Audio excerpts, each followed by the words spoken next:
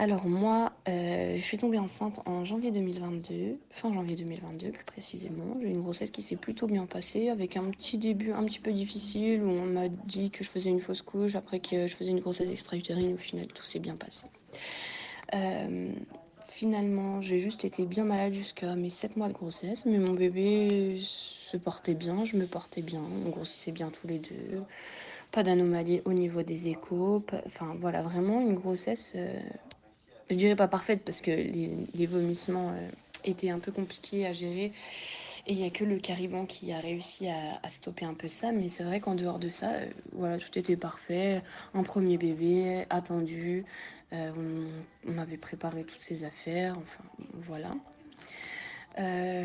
Du coup, le terme était prévu pour le 30 octobre et le 19 octobre, j'ai commencé à avoir quelques petites contractions, perte du bouchon muqueux et tout ça. Donc là, je me suis dit, le travail est en train de se mettre en route tout doucement, mais je le sentais déjà un peu moins.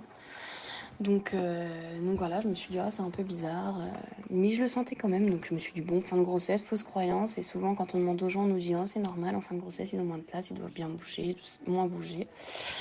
Donc voilà, donc j'ai attendu, j'ai attendu. Finalement, dans la soirée, les contractions se sont intensifiées. Et là, donc j'ai bien compris que le travail se mettait vraiment bien en route, mais je le sentais toujours pas. Donc mon mari dormait et il travaillait le lendemain matin. Donc moi je voulais pas vraiment l'embêter parce que je sentais que c'était pas, en tout cas je pouvais supporter encore et c'était pas le moment d'aller à la maternité. Et je passe un petit coup de fil à ma petite sœur qui travaille de nuit à ce moment-là et du coup qui est réveillée parce que un petit peu décalé au niveau du rythme. Donc voilà, personne ne savait que j'avais des contractions, enfin presque personne, il y avait juste deux copines à moi qui le savaient. Et du coup, donc voilà, je dis à ma soeur, bon, écoute, j'ai pas mal de contractions, toutes les 5 minutes à peu près. Donc elle me dit, ah, bah super, mais je lui dis, je le sens pas. Voilà, là, ça faisait vraiment un petit moment que je le sentais pas et ça commençait à m'inquiéter. Mais comme j'avais rendez-vous pour le contrôle, enfin le dernier contrôle avec ma gynéco le lendemain à 10h, voilà, je voulais pas embêter la maternité pour rien, entre guillemets, enfin voilà, c'est toujours ce qu'on se dit. Et ma sœur, voilà, elle m'a dit non, il faut vraiment que tu appelles. C'est voilà, c'est un motif de consultation et tout ça. Donc bon, après un petit moment à me raisonner, j'ai fini par appeler. Et donc ma sœur, elle m'a dit, bah je t'emmène. Voilà, comme ça, mon mari, lui, il pouvait se reposer, puisque je savais que c'était pas le moment que ça allait, enfin voilà, que j'allais pas accoucher dans les heures qu'allaient suivre. Donc je voulais le laisser dormir pour qu'il puisse aller au travail et voilà, enfin qu'on y aille que vraiment au moment où je supporterai plus les contractions. Donc quand je suis arrivée à la maternité, voilà, la sage-femme elle m'explique que ça peut arriver, oui, qu'on les sente un peu moins. Et puis c'est vrai que pour un premier, on se rend pas trop compte entre les contractions, les coups, enfin c'est un peu compliqué quoi. Donc elle me dit on va vous faire un examen du col et puis un monito et puis on avisera après. Donc l'examen du col montre qu'effectivement mon col a bougé, il a commencé à s'ouvrir. Et par contre au niveau du monito, quand elle a posé les capteurs, donc moi c'était mon premier monito, j'en avais pas du tout eu de ma grossesse, vu que ma grossesse se passait bien et qu'il n'y avait pas de... Voilà, enfin j'ai pas consulté, rien. Donc du coup, quand elle a posé les capteurs, rien. Juste on entendait mon cœur au loin. Donc là elle me dit, oh bah je le trouve pas, donc elle essaye de faire une écho. Et je pense qu'à ce moment-là, elle avait déjà compris, mais du coup, elle fait une écho et elle me dit qu'elle trouve pas.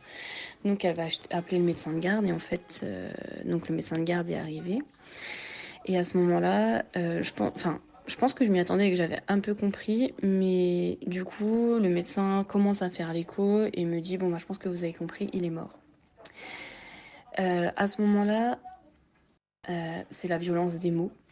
Je pense que, je sais pas s'il y a de bonne ou de mauvaise manière de dire les choses, de toute façon, voilà.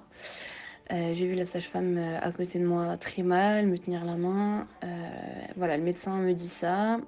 Et je lui dis, bon, bah d'accord, donc qu'est-ce qu'on fait? Parce que moi, à ce moment-là, j'avais pas mon mari, il était en train de dormir. Je lui avais dit, je t'appelle si c'est bon et tu viens. Donc là, elle me dit, bah non, vous l'appelez, mais vous lui dites pas parce que c'est dangereux pour la route. Donc là, je me suis dit, non, moi, je peux pas faire ça. Moi, il attend à ce que je l'appelle pour que je lui dise, voilà, c'est le moment, il faut que tu viennes. Je peux pas l'appeler, lui dire, viens. Il va penser que, voilà, c'est joyeux. Et il va arriver en se rendant compte qu'en fait, ça va pas du tout. Donc, à ce moment-là, je l'appelle, je lui dis, bon, bah voilà, il faut que tu viennes, il est mort. Lui, il a eu du mal à comprendre. Voilà, enfin bref, au début, c'était un petit peu compliqué. Il a fini par arriver. Et là, du coup, ben voilà, on est parti. Donc, il me faut toute la prise de sang à ce moment-là pour pouvoir savoir si on peut me poser la péri, s'il n'y a pas de problème au niveau du bilan. Et donc là, pendant 1 heure, je suis obligée d'attendre les résultats du bilan pour qu'on puisse me poser la péri, que je sois soulagée. Bon, après, la péri est posée, on nous explique un petit peu voilà, qu'il va falloir penser aux démarches, qu'il va falloir penser que il faut contacter des pompes funèbres, voilà. Bon, on n'était même pas sûr du prénom et on nous parlait déjà de toutes les démarches derrière, donc c'était un petit peu compliqué. Donc la journée se passe, un accouchement qui dure dans la longueur, bien sûr, parce que bon, j'étais ouverte à 3 quand on a posé la péri, mais après, bien sûr, ça s'est un petit peu tassé. Donc j'ai accouché le 20 octobre de mon fils, le 20 octobre 2022, à 21h31 précisément. Donc un accouchement bien évidemment sans bruit. Un petit peu compliqué en sachant que toute la journée j'ai entendu les mamans accoucher, les bébés pleurer. Et nous on se retrouvait voilà, avec ça à gérer, à se dire qu'on allait rencontrer un bébé. Donc je pense que pour tous les parents c'est trop bizarre de se dire qu'on va rencontrer ce bébé. Mais de se dire qu'on va rencontrer ce bébé mort, je pense que c'est vraiment à part. Moi j'ai beaucoup culpabilisé puisque je me disais mais j'ai peur. Vraiment j'avais peur de le voir, peur... Je pourrais même pas expliquer de quoi j'avais peur, mais c'était compliqué. Et puis en même temps, on se dit, ben voilà, on va accoucher, ça va mettre un terme à la chose, entre guillemets, à ma grossesse. On va le séparer de moi, ça va marquer, la fin. Voilà. Donc bon, après, ça en a suivi l'enterrement. On est parti pendant 15 jours avec mon mari au Maroc pour changer un petit peu d'air et souffler un peu. Et voilà. À l'heure actuelle, je me sens un peu mieux. Enfin, il y a des hauts et des bas, bien sûr. Il y a des jours où ça va, des jours où ça va pas. Bien évidemment, j'ai eu la chance de tomber enceinte assez rapidement après mon accouchement. J'ai pas repris de contraception. Je pensais pas que ça irait aussi vite au vu de mon endométriose, mais 2 mois après, j'étais enceinte. Donc, à l'heure actuelle, j'ai ma fille à nos côtés.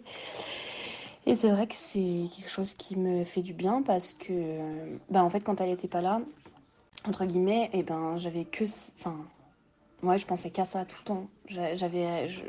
Pour moi, il n'y avait pas de but dans ma vie. Et là, c'est vrai que du coup, maintenant, à l'heure actuelle, c'est un petit arc-en-ciel, quoi. Elle m'aide à avancer. Alors, bien sûr, il y a des jours où c'est dur, il y a des jours où on pleure, on va au cimetière, on lui explique. Elle est encore petite, elle a eu 1 an. Mais voilà, c'est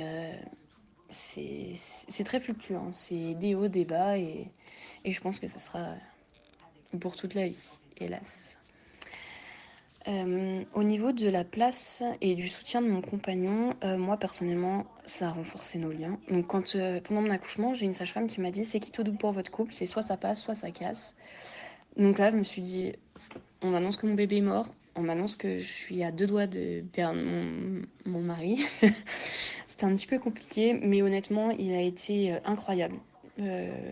Je J'aurais pas pu avoir mieux. Il a était là du début à la fin de mon accouchement. Il m'a tenu la main, il m'a toujours soutenu, il a toujours été positif en me disant t'inquiète pas, on va en refaire un autre, on l'oubliera pas, mais voilà, lui il m'a toujours tiré vers le haut et dans le positif. Et honnêtement, je pense que s'il avait pas été là, ça aurait été beaucoup plus difficile.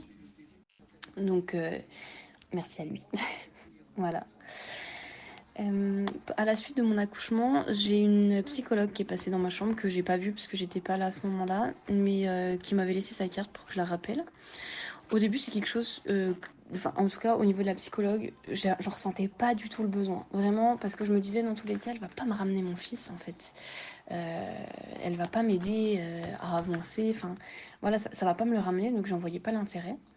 Par contre, j'ai une sage-femme incroyable, vraiment ma sage-femme incroyable qui ne m'a pas lâchée, qui me voyait toutes les semaines, vraiment toutes les semaines, en me disant que voilà, elle me lâcherait pas. J'y allais même pour parler, seulement parler.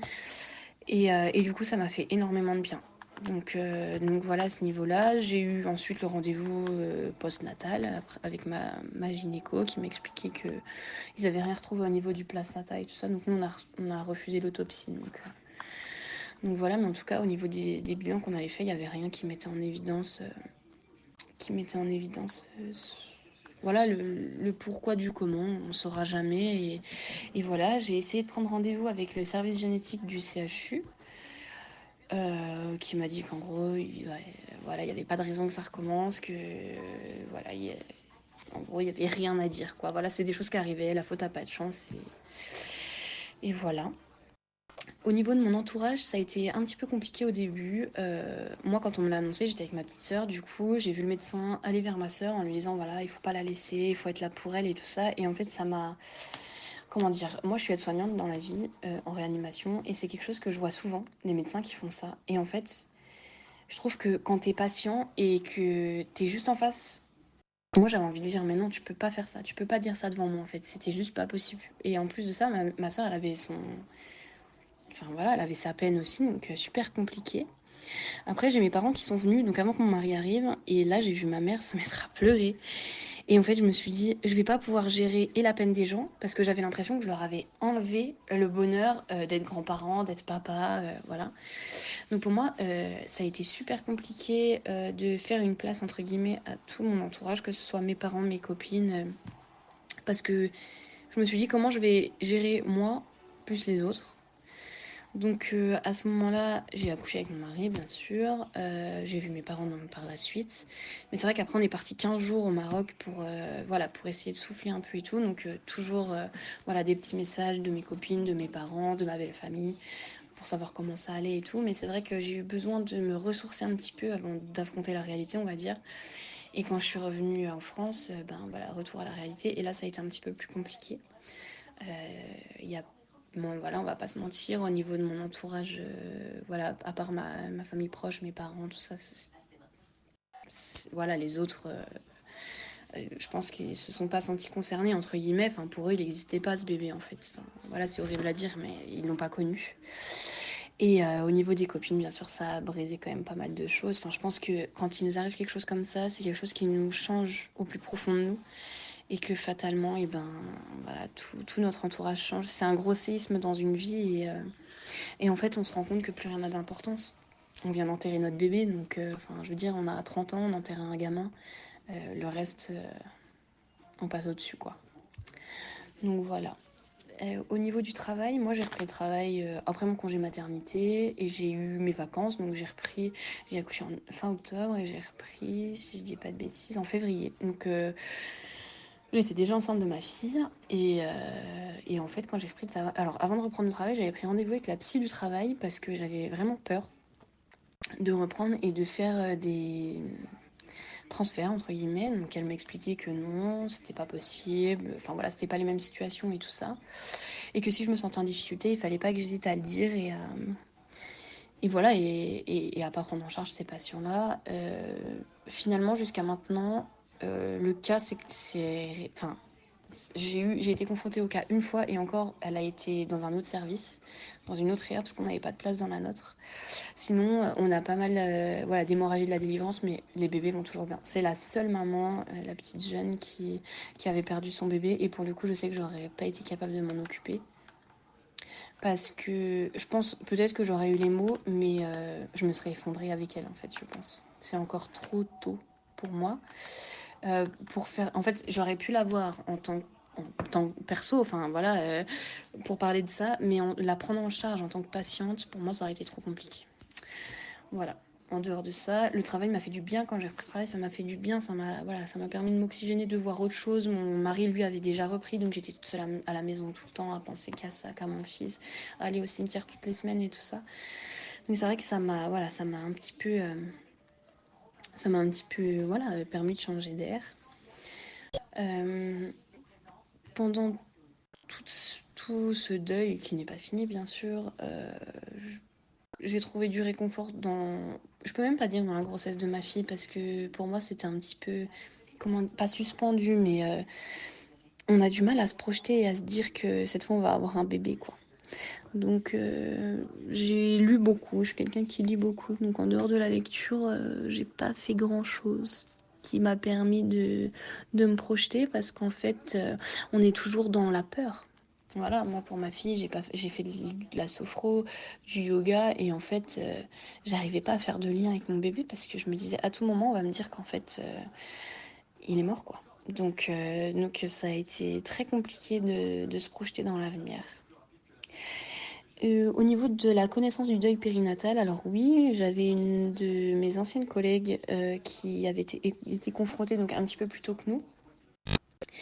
Mais c'est vrai que voilà, enfin une fois qu'on passe les 3 mois, on nous dit dit c'est bon, tout va bien, vous inquiétez pas, c'est fini, il n'y a plus d'inquiétude à avoir et tout ça. Donc j'avais en tête cette petite histoire de notre collègue qui avait perdu son bébé et la cousine de mon mari qui avait perdu son bébé aussi à terme. Mais elle avait une raison pour le coup, donc c'est vrai que j'avais connaissance de ça, mais que ça arrive sans raison et en fin de grossesse comme ça, non, quand même pas. Enfin voilà, oui, je le savais, mais on reste, comment dire, un petit peu en retrait par rapport à ça. Enfin non, c'est pas possible que ça nous arrive à nous, bien sûr.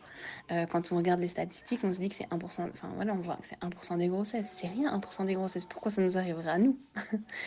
Voilà, donc oui, j'avais connaissance, mais je trouve qu'on n'en parle pas assez, bien sûr. Enfin, c'est pas quelque chose qui est abordé. Quand j'en avais parlé à ma gynéco, elle m'avait répondu qu'en fait, tout simplement, c'est quelque chose. Enfin, ils peuvent rien y faire. En gros, voilà, le bébé il meurt dans le ventre, il meurt dans le ventre. C'est pas comme si j'avais peur de la voiture ou d'avoir un accident de voiture et qu'elle me disait ne prenez plus la voiture là. Hélas, il n'y a rien à faire. C'est vraiment. Si en gros on arrive au bon moment, tant mieux, ils arrivent à le sauver, mais c'est vrai que du coup, on n'en parle pas du tout. Et elle m'avait expliqué que les gens stressaient tellement pendant une grossesse que si on rajoutait ça en plus, c'était super compliqué.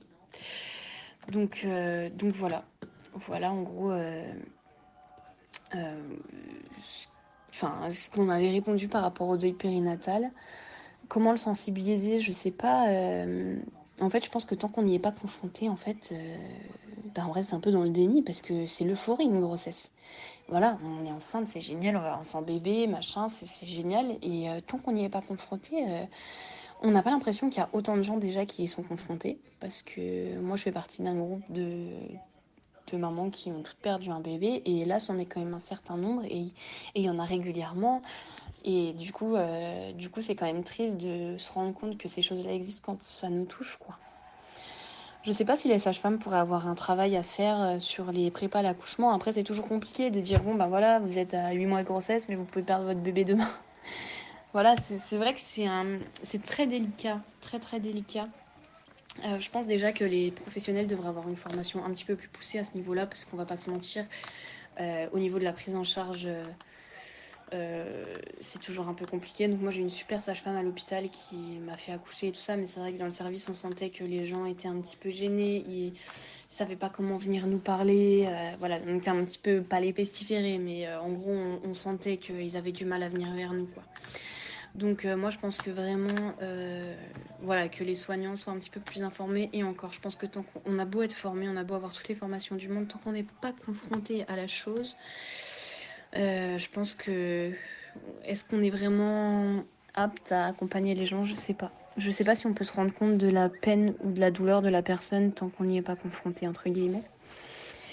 Donc voilà, je pense que vraiment au niveau des professionnels, il y aurait beaucoup de travail à faire. Même s'il existe des personnes spécialisées, je pense qu'il n'y en a pas assez. En tout cas, toutes les personnes qui nous font accoucher et tout ça n'ont pas forcément suivi de formation par rapport à ça. Et je pense que ça, c'est vraiment très important. Et puis après, au niveau des mamans, hélas, je pense que ça changera jamais parce qu'ils ont peur de les faire paniquer. Donc voilà, c'est un petit peu compliqué. Moi, je peux rajouter un petit point par rapport à la grossesse d'après, parce que pour le coup, j'ai été enceinte assez rapidement et du coup, un suivi beaucoup plus poussé. J'ai eu des échos tous les 15 jours, donc j'allais tous les mois chez ma gynéco et tous les mois chez ma sage-femme à 15 jours d'intervalle, donc du coup, ça a fait un suivi tous les 15 jours. Sur la fin, j'ai eu des monitos toutes les semaines, à partir de 30 semaines, je crois. On les a pas mis en place avant parce que, avant, très concrètement, c'est ce qu'elle me disait, le bénéfice-risque pour faire sortir le bébé avant, c'était un petit peu compliqué. Donc toutes les semaines, j'avais un monito. Et puis sur la fin, j'ai eu un gros suivi où toutes les semaines, j'étais, voilà, je voyais la gynéco. Elle était suivie aux urgences de la maternité. Euh, Parce que du coup, je devais avoir un déclenchement à 37 semaines et ma gynéco était en vacances, donc m'a demandé si ça me gênait d'attendre une semaine en plus. Et au final, j'ai eu une césarienne à 38 semaines pour ma fille. Donc voilà, au niveau du suivi, ça a été quand même beaucoup plus rassurant, on va dire. Voilà, sur la fin, j'ai eu un monito par jour. Voilà, vraiment, ils m'ont surveillée euh, beaucoup mieux. Et du coup, c'est vrai que ça m'a permis d'être un petit peu plus sereine. Bon, je dois avouer que tant qu'on n'a pas le bébé dans nos bras, et encore, même quand on l'a dans nos bras, on se dit, quand il sera là, ça ira. Et en fait, même quand il est là, on se rend compte que c'est quelque chose. Alors, je pense que déjà, tous les parents, bien sûr, stressent, hein, on va pas se mentir. C'est très compliqué d'avoir un enfant et voilà, de trouver ses marques et tout ça. Mais d'autant plus quand on en a déjà perdu un. Moi, j'allais au travail au tout début, la boule au ventre, en me disant je vais retrouver mon bébé mort quand je vais rentrer du travail. Voilà, enfin, il y a beaucoup de traumatismes qui restent. Donc, euh, donc voilà. C'est pas de tout repos, mais comme d'avoir un enfant à la base, déjà, c'est pas de tout repos. Donc on essaye de faire avec. Ce bébé-là, enfin voilà, ma fille me permet effectivement d'avancer plus facilement, on va se dire, sans oublier bien sûr la peine son frère. Voilà, on lui en parle souvent, on va le voir ensemble. Elle est encore petite, bien sûr, elle comprend pas, mais c'est vrai que c'est quelque chose qui nous réconforte de nous dire voilà, il s'est passé ça, on l'a enterré.